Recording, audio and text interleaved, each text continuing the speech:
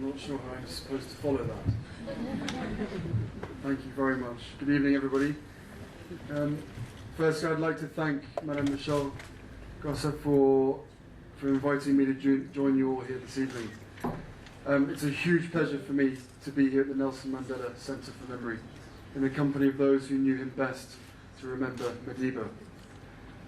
It is not for me to try and put words, It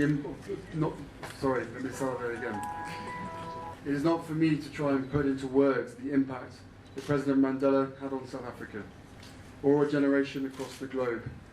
Those far more eloquent than I have already done so. However, I was fortunate enough to meet Madiba a number of years ago, and I have treasured that memory ever since. Although I've been to South Africa many times, this is my first official tour on behalf of the Queen.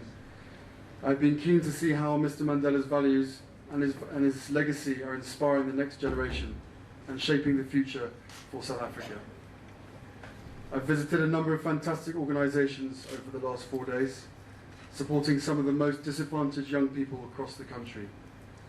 These organisations, although very different, are united in ambition to unlock the huge talent amongst youth in South Africa, regardless of background or circumstances, and crucially on World AIDS Day, the status of their health. These organisations, which include the Nelson Mandela Foundation, are empowering the next generation of engaged South African citizens. This innovative centre for memory opens up history to help guide the future. I am sure Madiba would be pleased to see such great work being carried in his name, giving inspiration to so many. I also know that President Mandela worked tirelessly to protect everything that is special about this beautiful country for all future generations.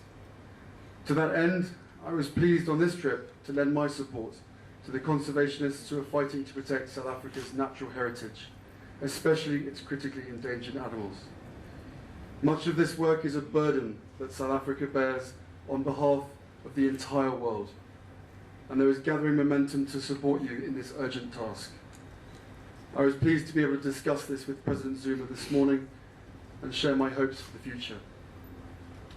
I can think of no better way of ending my visit to South Africa than by joining you here this evening to remember Madiba as we approach the anniversary of his passing.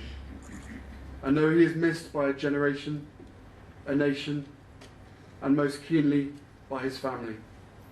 However, he will never be forgotten. I would like to end by thanking all the South Africans I've met over the last few days for their incredibly warm welcome and his hospitality. I look forward to seeing you again soon, when I no doubt visit this beautiful country again. And now I have to catch a flight. Thank you.